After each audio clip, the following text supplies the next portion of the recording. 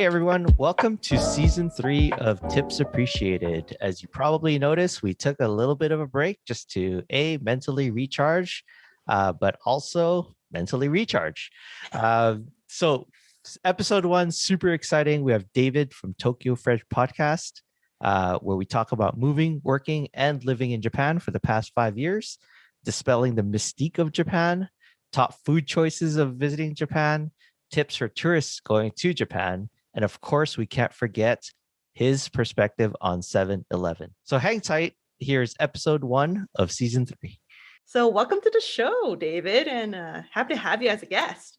Thank you for having me on. Of course. So I guess we could kind of talk about how we met or connected with each other. So we actually started talking with each other through Reddit because we were on like a podcast guest. Yeah, like there's a podcast like guest exchange looking for like people to come on or looking for people who have interesting like things or backgrounds. I don't know. They ask people for every kind of thing on there. So. Yeah. So, you know how you're not supposed to talk to strangers online. Yeah. So this was like a first experience for us. And it's been a good one, I would say. Like we met a lot of like great people online. So we didn't meet good. I've never had to use it myself. So because I've been able to get people that I know to consistently like show up, and I'm like, okay, this guy's coming next week. This guy's coming next week. Oh, so that's so awesome. Yeah. Well, it's probably easier now too, like meeting people, like doing everything online, like we are right now. Everyone knows how to work Zoom now, so that's really helpful. That's so true. But yeah, can you tell our listeners more about yourself and how you ended up in Japan? Sure, yeah. So I grew up in Gibbons, so that's like a small town outside of Edmonton. Then I went to university at the University of Alberta. I studied Japanese history, language, and like art. So like all my like major subjects are kind of centered around that. And then somehow ended up with a teaching degree that has nothing to do with Japanese. But so I did that, graduated in 2015, and then moved here, I think the next year after. Wow. So what made you like want to do like Japanese, like learn Japanese? So I have 2 older cousins who are more like brothers to me than actual cousins. And they both had also come here to... Oh, nice. To Japan. Like the older brother went, he came back, then the younger brother went for like 7 years, and then he came back, and now I've gone. So I'm just waiting for my younger brother to show up, and I'm sure he'll be here soon. Nice. But then when he comes back, are you coming back to... No, I don't. I don't think I'm coming back home. Confirm, no. Nope, not for me. I don't think so.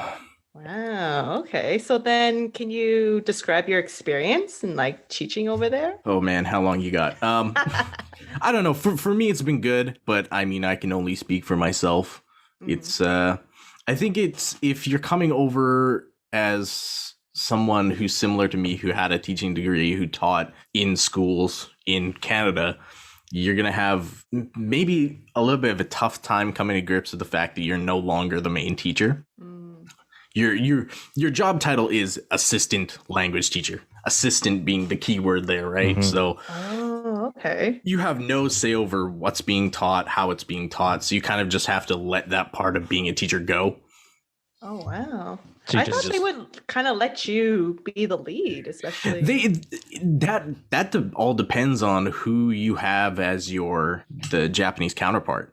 If they say like, you need to teach this way, like you kind of have no say because you're contracted by that school to be their employee. Yeah. So you can't exactly go to the principal and be like, hey, well, this person said blah, blah, blah, but I think this is better because technically you don't work for the school. So he's like, well, what do I care? Yeah. Wow. So did you know that kind of going into it? I knew that going in because my cousins both had gone and taught. So I kind of, had secondhand information. But like other than that, not really. I've kind of just been see the pants teaching. Wow. So when you landed in Japan, outside of sort of experiences from your cousin, last time we talked, you talked about some great tips like housing and all of those. Yeah. Like tell us about sort of those logistics. So with housing, typically if you're in a good company, I stress this, if you're in a good company, they'll typically set you up with a house. But that house is probably garbage just because they have to set up 250 other teachers every single year, and trying to find you a house in a specific area that's close enough to a station so you can get to your school within a certain amount of like there's a lot of logistics that go around to finding you a house. So, you know, maybe you would have been okay with being farther away from your school and you could have got a better house, but you kind of just have to work with what they give you. But I think if you stay here for longer, you can be a little bit more picky about where you live afterward. I would say if you're coming here as a teacher, as a English language like assistant teacher, kind of put up with the house that you get for a year. And then if you don't like it at the end of the year, maybe consider moving out. Like, save your money. I know a lot of teachers come over and they know that they're only going to spend 1 year, so they don't care because they're not going to see that house after a year. But if you're like me, who's going to stay for 2, 3, 5, 10 until I die, you know, kind of time frame, then it's probably behooves you to save some money in those first, you know, 1 or 2 years and kind of move up. So I used to live in what they call a 1K. So what that means is it is 1 room and the K is for kitchen. So that means the kitchen is in your bedroom. Oh man, like a bachelor pad, pretty much. Yeah, right? Like smaller. I bet you bachelor pads are like, I walk in there and be like, wow, this is like huge. Because like I could probably, from my bed, if I had like maybe a broom, I could touch the like heating element on my stove. Like it's that close. It's small.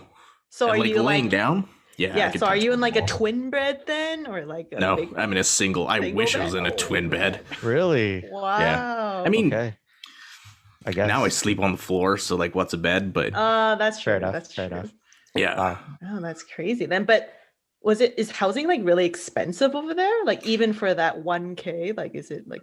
So I was paying Rokumang, so that's about, in Canadian dollars, that's about 700, I think, about $700 a month for that. And now I'm paying Nanamang, so that's probably like 7.5. But my house is like 4 times the size of what I was in before. So for about the same price, you know, it's not bad. You sort of get smarter as you go. As you basically learn the environment, right? Yeah. So then do you kind of recommend before people, like young people going over, like to save a decent amount of money to travel over there? I would say if you're staying for a year, just go nuts. Right? Because, you know, save as much money as possible because you know that you only have a year. So you need to see what you need to see in that time period. And obviously, if you're going on a trip every other weekend, that's going to cost you some money. Oh, yeah. But if you're staying here for, 5 years, it's like, Mount Fuji is not going away. I'll see you later, right? Like, it's not a big deal. Yeah. So what was it like opening up like bank accounts, visas, paperwork, all that stuff, being in a whole different language?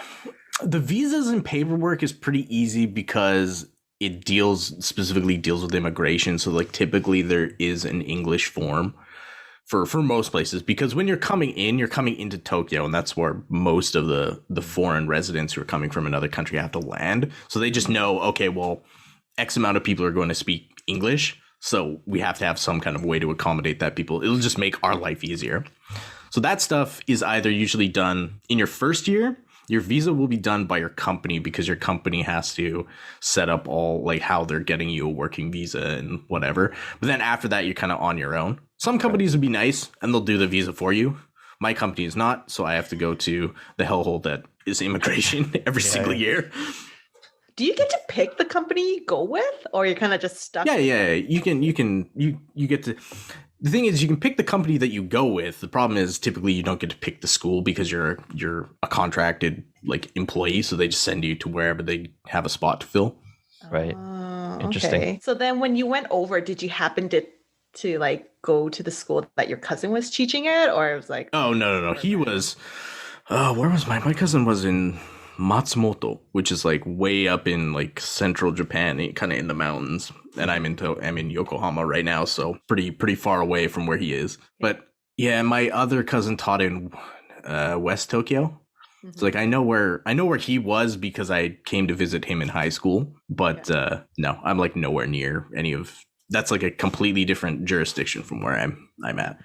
So then how many times did you actually visited like Japan before you actually taught there? So I went once in high school to visit my cousin, once in university to visit my then girlfriend who lived in Shizuoka, and then the third time was here till now. Wow. Interesting. Yeah. So visiting like a tourist versus living there. There's certain mystiques of Japan, I guess. What about culture? Let's start with culture. I think that's the biggest one for me. There's this weird thing that happens to me, and I talked to my friends, and they said that it happens too. Is that when they visited, they always kind of knew like, oh, I'm on a trip, I'm gonna go home. But there's like days where you would wake up and you'd be walking to work or school or whatever, and you kind of look around and you go, oh yeah, I'm in Japan. Like, what's going on? Because like you start to see like you get that influx of like language just kind of bashing you in the face all the time. So you're seeing Japanese and you're like, oh yeah, right. Like I live in Japan. This is weird. There's that feeling for me, even 5 years in, has not gone away. Really? It still feels like that. Like sometimes I'm walking down the street and I'm like, oh yeah, I'm here. It's strange. Yeah. Cool. What about like food and stuff? Like as you like day to day breakfast, like lunch, dinner?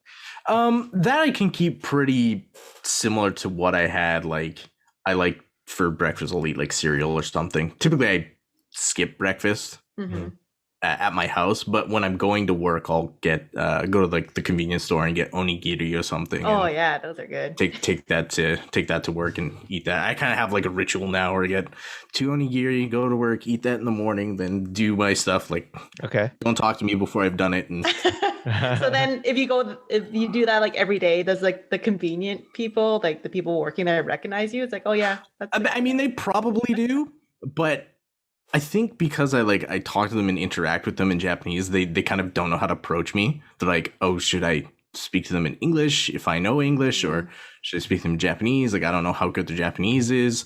Yeah. That's always a fun game to play. Like, should I, shouldn't I don't know. They probably get like shy, like, oh, yeah. Usually just keep it to nods and then, hi, okay, hi, okay. Bag? Hi, yes, please, okay, finished. But then do they get like shocked when they hear you speaking like Japanese to them though? Like, I think if you lived other places, maybe, because I'm living in a place that just has a ton of foreigners. Like, I think Japan's like racial breakdown is like 98% Japanese and then 2% foreigners. And that's foreigners from every country. But of that 2% of foreigners, like, I think it's like 85-90% will only live in 3 places, which is Osaka, Kyoto, Tokyo. So if you lived in like Sapporo or somewhere, people would be like, oh, like foreigner, what's that? Right? Like I see like maybe 1 every 2 years. Wow. Okay. Right. I was gonna say, like, you know, I guess when you move in cohorts, like teaching to Japan, any like surprises running into locals, maybe not from Gibbons, but like Edmonton or actually it was funny because on my first meeting that we had with kind of everyone in my area for Yokohama, I sat down next to a dude and I introduced myself. I'm like, oh, I'm David. I'm from Canada or whatever. And he's like, oh, me too. He's like, where are you from? And I'm like, oh, I'm from Edmonton. He's like, oh, me too. I'm like, oh, that's weird. I've never met you in my life. Well, it's kind of how like we met too. Yeah. Remember when you were asking me, it's like, oh, where do you live? Right? It's like, oh, Edmonton. It's like, what? I was like, yeah, I was surprised by that. I was like, oh, okay, that's like, because you're like, oh, Mountain Time. I'm familiar with Mountain Time. Where do you live? It's like, oh yeah, Edmonton. Yeah, small world. Like Gibbons, just like what, 20 minutes from 20 minutes? Yeah, something like that. Yeah, just north.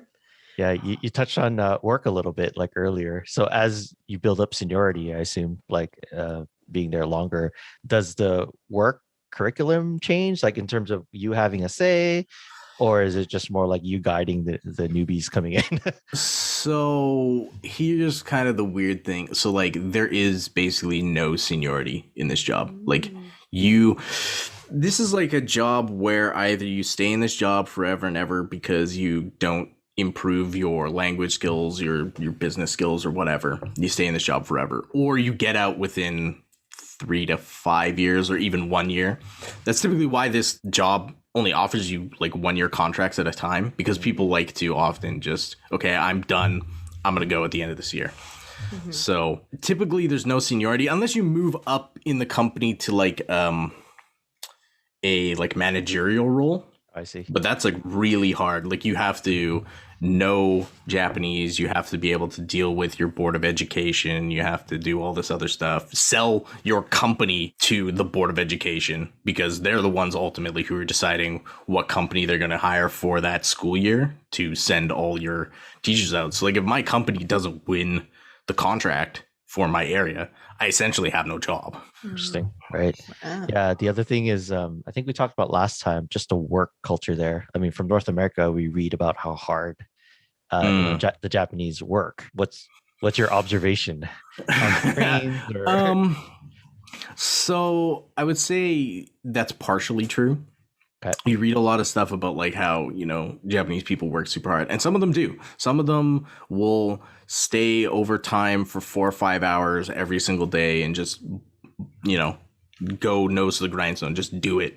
But then there's other times where the company will say you have to be here till this, or you can't leave before the boss leaves. So then you have, your coworker, Mr. Tanaka, walk into the photocopy machine with a blank sheet of paper to photocopy a blank sheet of paper so he looks like he's doing work. But realistically, that guy's finished work like 2 hours ago, because why is he doing like 2 hours of overtime? Yeah. So it depends on your company. They call like companies that have that kind of work like environment black companies. They're like companies you don't want to be associated with, because they'll just gonna, kind of grind you up and spit you out. Yeah. Do you think it happens in like bigger companies or more smaller companies?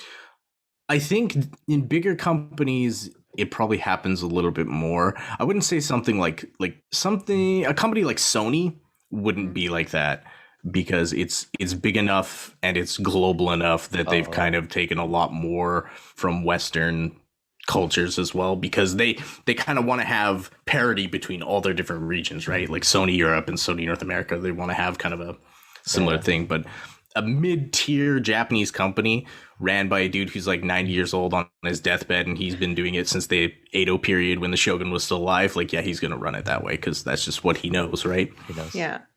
And you know what? I've been actually reading like articles saying that there hasn't been new like couples getting married or anything because a lot of people don't have time to date. And it's like when I went to Japan, I think I was telling you last time how when I went to the arcades, I saw like businessmen just like playing games at like nighttime. But I'm like, oh, don't you want to go home and rest for the next day? But I guess maybe that's their stress reliever.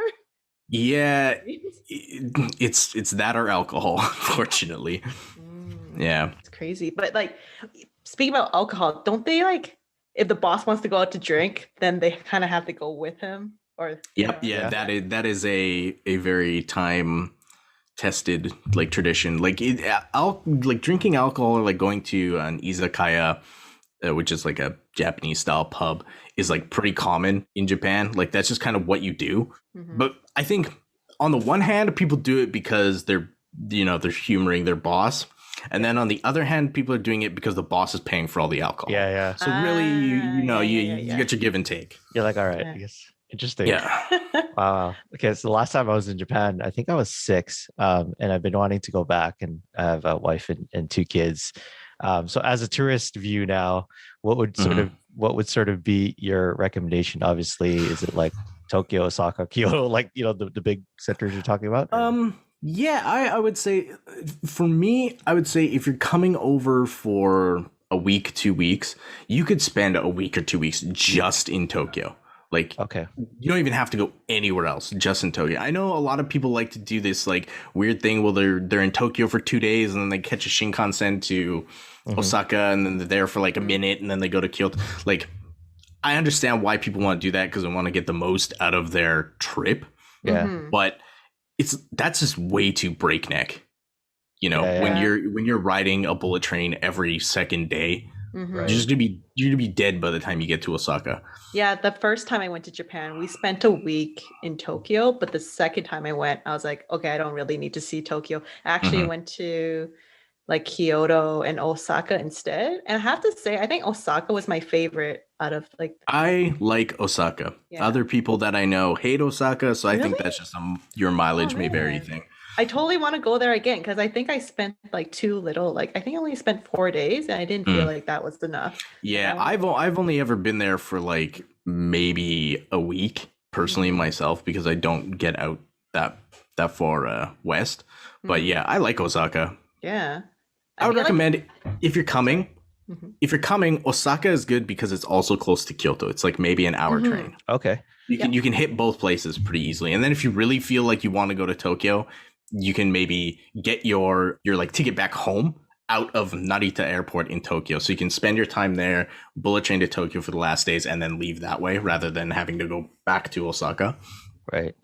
Is it cheap? Like essentially going back like train and stuff, or bullet train? I'm trying to remember. It is now. Okay. Because nobody's riding it, so they're like, we're losing money. yeah. We gotta make it really cheap. Fair enough. Fair enough. Yeah. But I think before, when like a lot of tourists are here, you'd probably spend like $200 to $300 one way. Wow. So it's essentially like a plane Yeah, it's ticket like a without plane taking ticket. a plane. Totally. But it's so smooth and Yeah. fast. Yeah.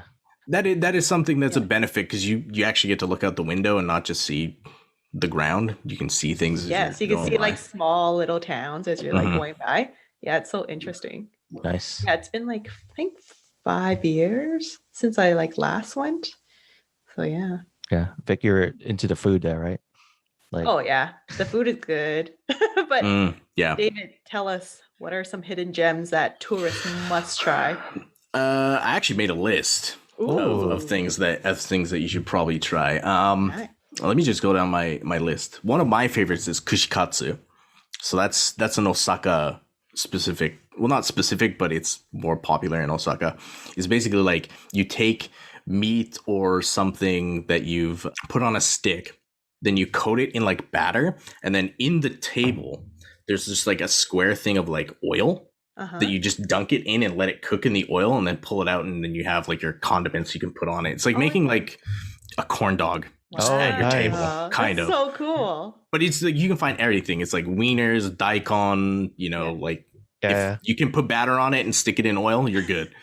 Well, that's kind of like fairs, like those like kind of like K-Days. Like the fair, and they just deep fry everything, like deep fry Oreos and all that stuff. It's very, very much like that. What else do I have on here? Ochazuke is another one I like. Ochazuke is like, it's rice with basically tea in it. I don't know if there might be like a similar Chinese or Korean dish. I'm not sure. I've had something like that in Korea where you have your pot of like leftover rice and then they add tea and it kind of becomes like porridge after. Yes, yeah, it's very similar to that. So if you can go to a place that gives you nice Ochazuke is good. I have Yakitori and Yakiniku written down here. So Yakitori and Yakiniku is like similar to Korean barbecue. If you've ever been to Korean barbecue, it's like the Japanese style of Korean barbecue. Gyoza, which is like you can buy. It's like pot stickers. Yeah, that's what you'd call them. Yeah, pot stickers. Yeah, they're extremely good. My recommendation is if you do come to Tokyo, make a trip down to Yokohama. It's like maybe an hour away by train, and go to Motomachi Chukagai. Is the like big Chinatown in Yokohama. And you'll get so much good Chinese food there, like real authentic good Chinese food, because it's basically everything in there is run by Chinese immigrants who live in Yokohama. So like it's all things that they've brought from China to Yokohama. So wow. What else? So I got gyukatsu and tonkatsu. So that's like it's like fried pork or beef like cutlet, usually served on top of like grated cabbage. It's quite good. You can get it. It's like a pretty common food.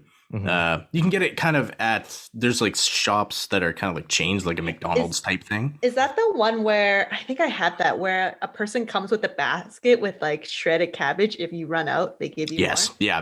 They'll usually you that was really good. Free because cabbage is like 10 yen to buy. Yeah, they just come back. They come with their little wooden basket. They're like, more? It's like, yes, Yep, I want yep. more. Yeah, I love going to Gikatsu. I don't go a lot, but when I do, I usually go to like a place that specializes in it because it's significantly better than the fast food ones. Yeah. Okonomiyaki is good.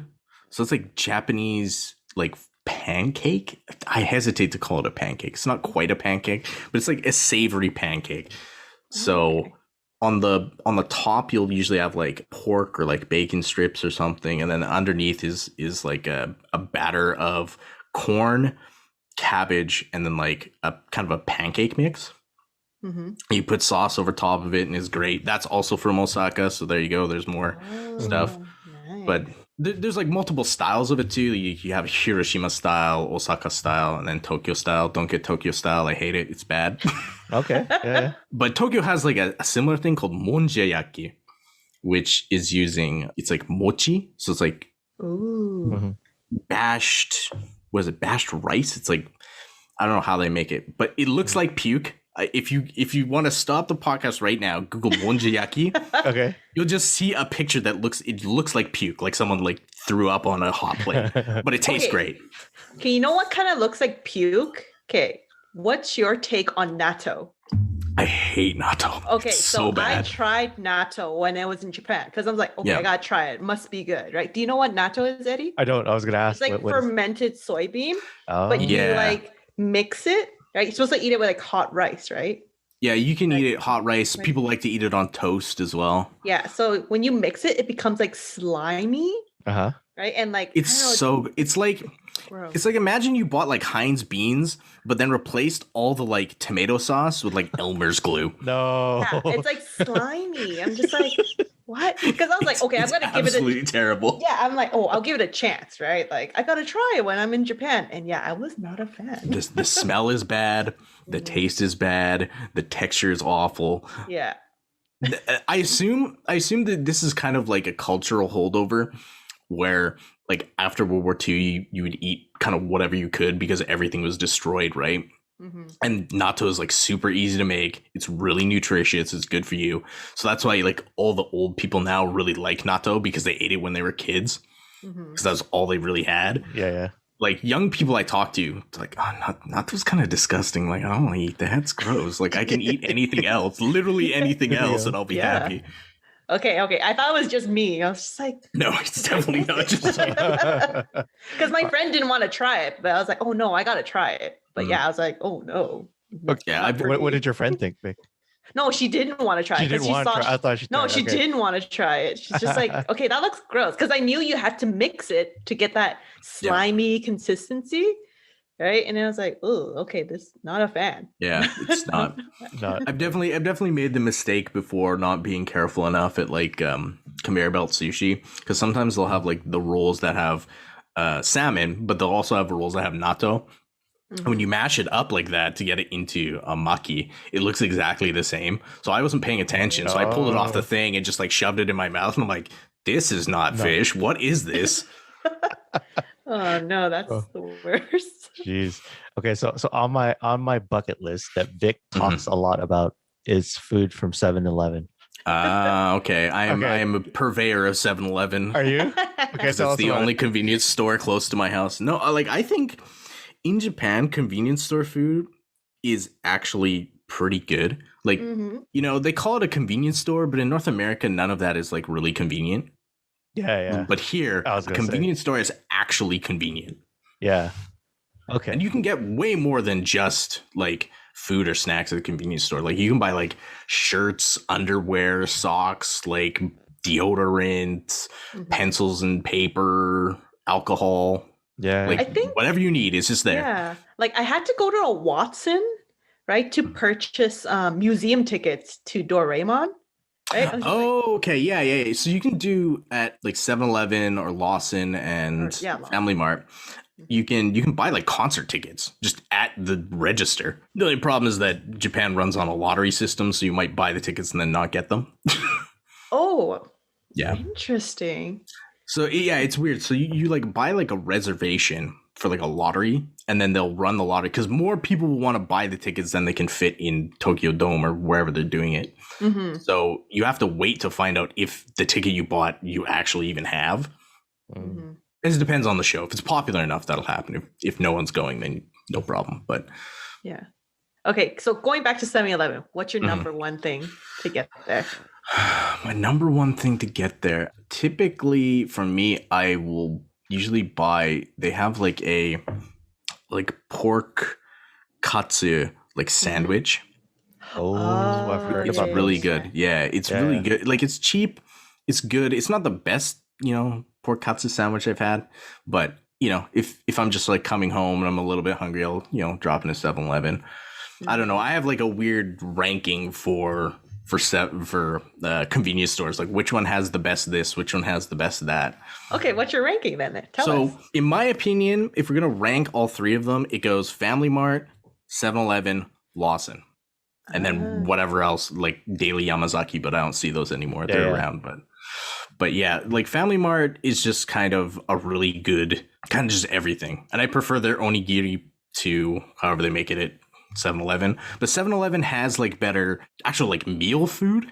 Mm-hmm. If you want to buy like a bento or like like ramen or something, I would go to 7-Eleven every single time. Mm-hmm. But Family Mart, like they're similar. They're better at some things and worse than others, but I would put Family Mart maybe just a little bit higher. Nice. What about, like, you talked about cereal earlier, so I'm gonna, like, what's your cereal of choice? I gotta ask. My cereal of choice is the only cereal that exists in Japan, and that's cereal. The cereal? Plain cereal? Yeah. It's like you can like get Cheerios? No, it's like granola. Oh, granola, and then there's like 8 different versions of granola. It's like granola with strawberry, granola with blueberry, granola with like whatever. But it's all the same thing. But just like different brands too? No, it's the same brand. They just have 8 different styles of granola. No, I don't know why, but they do. All right, so it's not like the cereal aisle in like a supermarket here. It's, like you can get like Frosted Flakes or something, but the problem is like they're so expensive. Like I'm paying for like to buy an 800-gram bag of Frosted Flakes cost me like 1,000 yen, which is like 10 or more bucks. Wow. Yeah. So I'm like, I'm not paying $10 for Frosted Flakes. I mean, it's corn. Like, come on. Like, it's not that expensive. Yeah, granola it is with strawberry or yeah. So it's kind of it's been what I've been reduced to. Yeah. Okay, so since you've been in Japan for 5 years, you said, right? Yeah, this year's 5. What do you miss most in Canada, like food-wise, that you would love to have in Japan? That's a good question. I'm gonna say basically nothing, to be honest. Nothing. Really? Because the food here is just so good. Mm-hmm. There is one thing that two things. There's 2 things I miss, and they go together well, and that's probably why I miss them. It's raspberry jam and peanut butter. Peanut butter? Oh, they don't have peanut butter over there? No, they have peanuts cream. So peanuts cream is like if you took peanut butter and removed all the peanuts and then just added like metric tons of sugar. Oh. Wow. And then made it like a whipped cream. And then have the gall to call it peanut butter. Oh, weird. It's terrible. It's like, it is like eating peanut flavored whipped cream. It's awful. Wow. They do like their like desserts. It's like kind of like their Japanese pancakes. How it's like fluffy. It's not like normal pancakes, but it's like the big souffle one. Yeah, you can. Yeah. However they make it, they add like baking soda or something to make it like really super poofy. Mm-hmm. But yeah, I don't know. That is one thing here that is really good though, is like dessert. I don't know why. Like Japanese people just love dessert and like big dessert. Okay, what's your take on Japanese cheesecake then? Oh, wow, what's it called? There's like a specific name for it. It's like raw cheesecake. What I forget what it's called. Yeah, it's okay. Yeah, I prefer real cheesecake, but it's okay. Because people raved about like Uncle Tetsu and all that stuff, and you could get it now in Canada. Yeah. I think there's Uncle Tetsu, and then there's another famous one in Japan as well. Mm-hmm. But yeah, I wasn't a huge fan. Like maybe because we're used to. Yeah, it reminds me of like a fluffy cake, not a cheese. Give me fat. That's Give me what I that, want. Yeah. Give me the substance. Yeah. Yeah. Nice. I don't know. For me, if I want to get something in Japan that's like a snack that's like wholly Japanese, I would rather go get like taiyaki or something. So Oh, like the taiyaki's fish? a The fish, right? shape. Yeah, fish yeah, things, Yeah. That's really I would nice. rather go get that than cheesecake or like a parfait or whatever. Yeah. One thing I was really good was crepes. Crepes Yes, is super there's a good. lot Crepes are of there's good. a lot of places that play a lot of places that make crepes. Yeah. I see a lot of I think it's just because they're kind of like easy to make if you have the like equipment to do it. There's a lot of like stalls, like drive around kind of pop-up shop places. They'll just like drive their van to a supermarket and then just stick out front and sell crepes out the truck. They're like everywhere. I see them all the time. Okay. So Eddie hasn't been to Japan with his family. What are some tips you would like provide to him? Like coming with like a group. How old are your kids, Eddie? 10 and almost 8. So we're planning to go maybe Oh man, next year. that's like perfect age. Is it? To be honest? Yeah. Okay. Like, We were wondering what age. your kids are old enough where they're not going to be, it's less you're gonna have to drag them around. Yeah. Like they're able to do their own thing and like move by themselves. One thing I would recommend, and I think I would recommend this for every single person who comes to Japan, get at the first like train station you go to, get a Suica or I forget what it's called. Passmo. Yeah, there's Passmo and Suica, and they get one of those cards, because having to go and buy a ticket every single time is a waste of your time.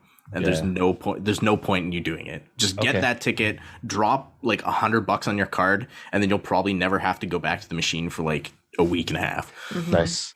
And you could use that card at convenience stores too to pay for stuff. Yeah. So like recently they've changed a lot of that. You can just if you go up to the counter at a convenience store and you just say IC, I want to use my IC card. Okay. And they'll be okay, and then they press a button and then you scan it on the thing and there you pay. You're done. Really?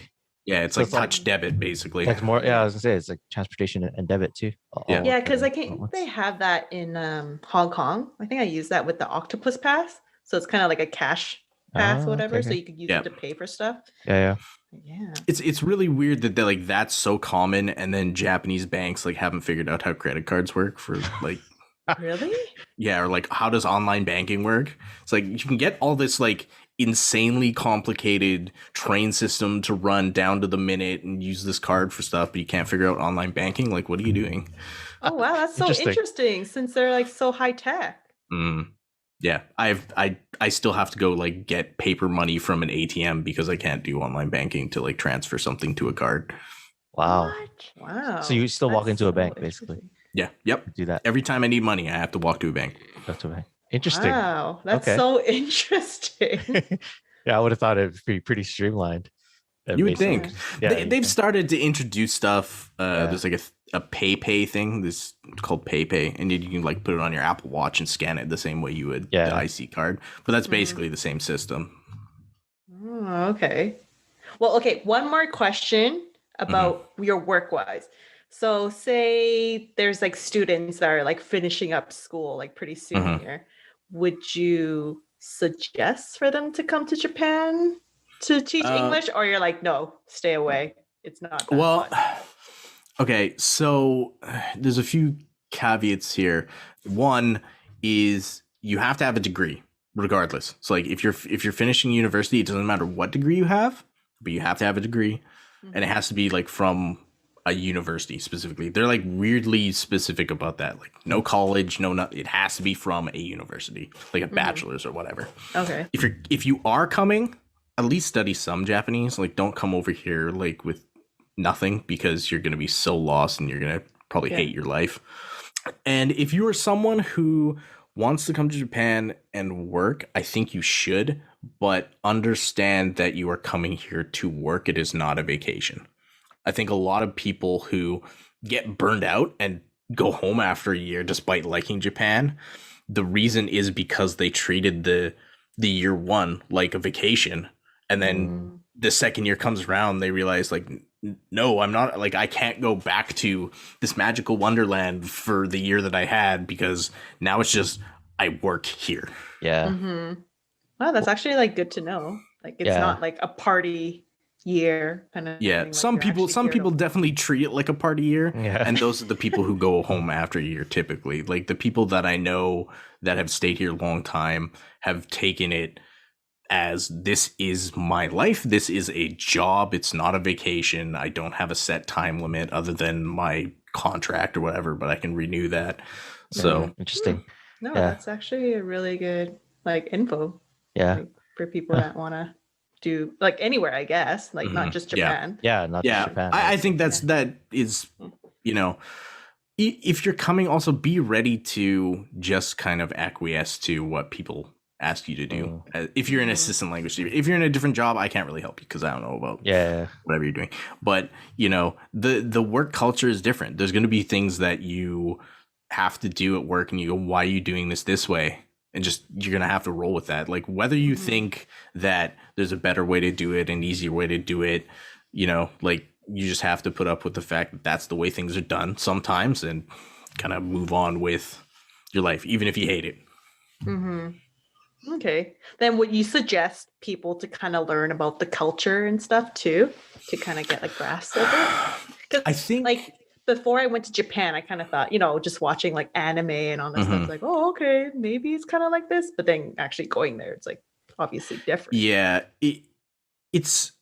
I think that's something that's pretty hard to gauge because one, all workplaces aren't the same, and two is that it's hard to do research. Like I don't know how you would do research on something like that. Like, you know, you can go watch a YouTube video that says Japanese work culture is like this, but then you get to your company, you're like, no, it's not like this at all. That was because this one person worked at this one company that shaped their view this way. Yeah. So I think it's hard to kind of put that into a crystallized, you know, here's the advice that I give you. But I would say just kind of be ready to work longer than you think you have to. Work maybe sometimes maybe less than you think you have to, depending on where you work. Because sometimes there's days where I sit at my desk and I do absolutely nothing. And that's just because I don't have work that day. So, you know, it happens. Right. Okay. No, that's good. Okay. So David, you have a podcast called Tokyo I do. Fresh. Yes. You want to talk more about that?